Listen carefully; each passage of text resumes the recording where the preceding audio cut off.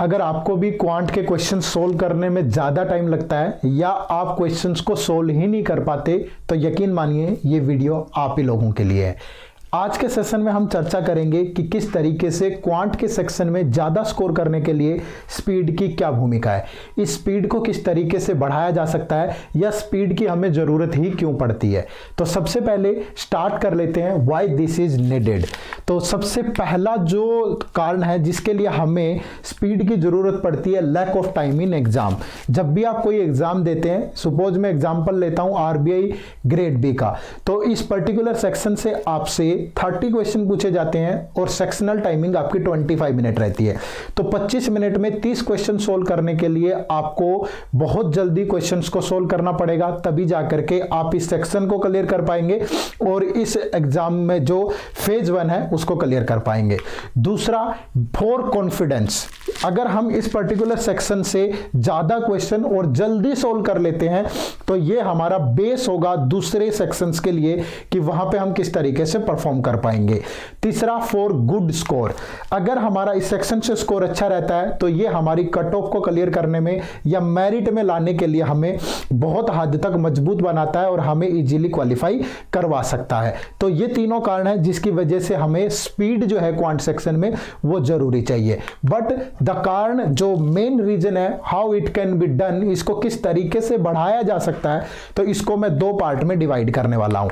दो पार्ट में मैंने किस तरीके से डिवाइड किया है, सबसे पहला बिफोर द एग्जामिनेशन, दूसरा ड्यूरिंग द एग्जामिनेशन। दोनों को डिस्कस करने के पीछे जो कारण है वो ये है कि बहुत सारे बच्चे ऐसे हैं जो घर पे बहुत अच्छी मेहनत करके जाते हैं लेकिन एग्जाम के टाइम पे अपना 100% नहीं दे पाते और इस वजह से उनका एग्जाम रुक जाता है। ठीक है, तो दोनों विषयों पे हम चर्चा करेंगे कि बिफोर द एग्जामिनेशन हमें क्या करना चाहिए और ड्यूरिंग द एग्जामिनेशन हमें क्या करना चाहिए। तो सबसे पहले बिफोर द एग्जामिनेशन की बात कर लेता हूं। मैं हर एक चीज आपको यहां पे फुल ऑन एक जो स्टूडेंट की आमतौर पे प्रॉब्लम होती है उसको डिस्कस करके जस्टिफाई करूंगा। ठीक है, तो सबसे पहले बहुत सारे बच्चों का एक सवाल आता है कि जब भी सर मैं क्वेश्चन सोल्व करता हूं तो मुझे यही नहीं पता चलता कि क्वेश्चन को स्टार्ट कहां से करना है। तो सबसे पहला जो कारण है वो यही है, कवर बेसिक कंसेप्ट्स वेल। अगर आपका बेसिक अच्छा नहीं है तो आप कभी भी ये आइडेंटिफाई नहीं कर पाएंगे कि क्वेश्चन में को सोल्व करने के लिए हमें किन किन चीजों की रिक्वायरमेंट है। ठीक है, सपोज एक छोटा सा एग्जांपल ले लेते हैं टाइम एंड स्पीड का।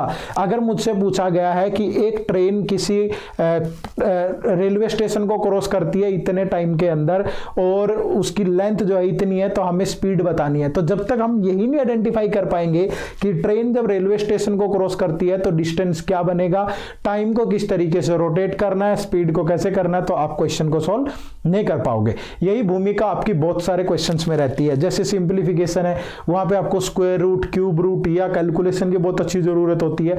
तो जब तक आपका बेसिक कंसेप्ट क्लियर नहीं होगा आप कभी भी प्रॉब्लम को आइडेंटिफाई ही नहीं कर पाओगे, सोल्व करना तो बहुत दूर की बात है। दूसरा जो है बहुत जो आमतौर पे आने वाली समस्याएं हैं, मैं उन्हीं का जिक्र यहां पे कर रहा हूं। बहुत सारे बच्चे ये बोलते हैं कि जब मैं एक चैप्टर पढ़ता हूं तो सपोज मैंने आपकी वीडियोस देखी या कहीं से भी वीडियो देखी, एक चैप्टर मैंने पढ़ा, लेकिन जैसे ही मैंने दूसरा चैप्टर पढ़ना शुरू किया या मैं 2-3 चैप्टर पढ़ लेता हूं तो पीछे वाला सारा साफ हो जाता है, मैं भूल जाता हूं, मुझे याद ही नहीं रहता कि पीछे मैंने क्या पढ़ा था।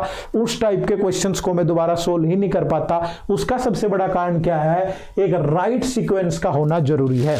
जब तक टॉपिक्स की आपस में इंटरलिंकेज नहीं बनेगी पीछे वाला याद नहीं रहेगा, क्योंकि वो आपने पढ़ा नहीं, वो रटा है, कंसेप्ट को समझा ही नहीं आपने। तो एक राइट सीक्वेंस होनी जरूरी है। ये राइट सीक्वेंस क्या होती है ये काफी वीडियोस में पहले मैंने जिक्र किया, तो वहां से आप देख सकते हैं। जैसे क्वांट पढ़ने वाले बच्चे को हमेशा सिंप्लीफिकेशन से स्टार्ट करना चाहिए, फिर नंबर सीरीज पढ़नी चाहिए, उसके बाद क्वाड्रेटिक इक्वेशन पढ़नी चाहिए, परसेंटेज और रेशियो पढ़ना चाहिए, फिर डीआई पढ़ना चाहिए और डीआई में अर्थमेटिक और कैलकुलेट को छोड़ के बाकी सारा इन्हीं टॉपिक्स पे डिपेंड करता है। और उसके बाद वो क्वांट स्टार्ट करे और जब भी कोई टॉपिक पढ़े तो उस पे based DI, data sufficiency, quantity comparison के क्वेश्चन जरूर सॉल्व करे। तीसरा, प्रैक्टिस प्लस मॉक टेस्ट। ये आपका क्यों जरूरी है? प्रैक्टिस प्लस मॉक टेस्ट से आपको पता चलता है कि आपकी कौन सा वीक एरिया है, कहां पकड़ आपकी ज्यादा है, और ये आपकी हेल्प करेगा एग्जाम के अंदर भी। ठीक है, तो अपने वीक एरिया को आइडेंटिफाई करने के लिए कि कौन सी चीजें आप जल्दी सोल्व कर पा रहे हो, कौन सी चीजें आपसे नहीं हो रही, तो उसके लिए ज्यादा से ज्यादा मॉक टेस्ट आपको देने हैं, सेक्शन वाइज आपको प्रैक्टिस करनी है, टॉपिक वाइज क्वेश्चन आपको जरूर सोल्व करने हैं। तो ये कहानी है बिफोर द एग्जामिनेशन की, कि जिससे आपकी स्पीड भी बढ़ेगी और आप एग्जाम के अंदर ज्यादा परफॉर्म कर पाओगे। दूसरा, ड्यूरिंग द एग्जामिनेशन हमें क्या करना चाहिए, तो राइट चॉइस ऑफ क्वेश्चन सबसे पहला। ठीक है, हमें पता ही नहीं चलता एग्जाम के अंदर, जब हम कोई भी क्वेश्चन स्टार्ट करते हैं, सपोज सबसे पहले हमने एक मिक्स डीआई हमारे पास है, उसी पे हाथ लगा लिया और उस क्वेश्चन को सोल्व करते करते हमें 10 मिनट लग गई, तो ये गलत है। आपको हमेशा राइट चॉइस ऑफ क्वेश्चन होना जरूरी है, मतलब कि आप सबसे पहले किन क्वेश्चंस को अटेम्प्ट करेंगे, ठीक है, और लास्ट में आपको हमेशा डीआई रखना है। ठीक है, आप नंबर सीरीज है, आपसे 5 नंबर सीरीज पूछी है तो 2 या 3 आपको इजी मिलती है, 2 बहुत मुश्किल मिलेगी, तो थोड़ा सा ध्यान रखना है। ठीक है, अर्थमेटिक का कोई क्वेश्चन है, लेंथी क्वेश्चन है, या डाटा सफिशिएंसी का कोई क्वेश्चन है, इजी क्वेश्चन है कि मुश्किल क्वेश्चन है, तो ये राइट चॉइस होनी आपके पास जरूरी है, जो आपके एग्जाम में ज्यादा स्कोर करने में मदद करती है। Never take it on ego, ये बात ध्यान रखिए। बहुत सारे बच्चे क्या होते हैं कि जैसे सपोज हमारे पास एक सिंप्लीफिकेशन का कोई क्वेश्चन है, बहुत इजी क्वेश्चन है, और जब मैं सपोज मल्टीप्लाई करते हुए कहीं कई बार फंस जाती है कोई कहानी कि 7 8 जा 58 ही लिख रहा हूं, बार बार दिमाग में वही चीज आ रही है, होता है 56 है, लेकिन उसको ईगो पे नहीं लेना कभी भी। अगर कोई भी आसान क्वेश्चन भी हमसे सोल्व नहीं होता तो उसको 10 से 15 सेकंड दीजिए और उसको वहीं पे स्किप कर दो। तो अटेम्प्ट करना पेपर को एक अच्छे तरीके से, सूझबूझ वाले तरीके से बहुत जरूरी है। अगर ईगो पे लोगे तो वो आपके लिए नुकसानदायक हो सकता है, तो इस बात का ध्यान रखिए। नेक्स्ट है बी काम एंड कॉन्फिडेंट।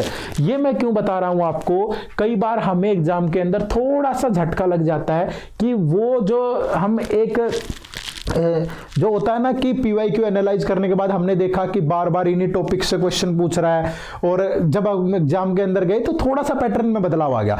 एक तो पूछने का तरीका बदल दिया उसने, और एक हो सकता है कि कुछ टॉपिक से पहले ज्यादा क्वेश्चन पूछे जा रहे थे, इस बार थोड़े कम पूछ लिए, दूसरे टॉपिक जो हम कम पढ़ करके आए थे उनसे ज्यादा क्वेश्चन पूछ लिए। तो वो आपके धैर्य की परीक्षा होती है, वहां पे शांति बनाए रखिए। शांति का मतलब मैं ये नहीं कह रहा कि आप हुड़दंग करते हैं, नहीं, अपने मन को शांत रखना है कि वहां पे अगर कुछ इस टाइप का चेंज है, पेपर मुश्किल है, तो निश्चित रूप से कट ऑफ भी नीचे आएगी, और थोड़ा सा आप अपना 100% दीजिए उस टाइम पे, बाकी जो होगा वो देखा जाएगा। तो ये 2 कहानियां हैं, बिफोर द एग्जाम और ड्यूरिंग द एग्जाम, जिन चीजों को अपना करके आप अपनी स्पीड भी बढ़ा पाएंगे और एक अच्छा स्कोर क्वांट के अंदर कर पाएंगे। तो थैंक यू वेरी मच, आप सभी का बहुत बहुत शुक्रिया। उम्मीद करूंगा ये आपको अच्छा लगा होगा। अच्छा लगा तो ज्यादा से ज्यादा लाइक करिए, शेयर करिए। मिलते हैं नेक्स्ट सेशन में इसी जोश और उत्साह के साथ। Thank you very much. जय हिंद, जय भारत।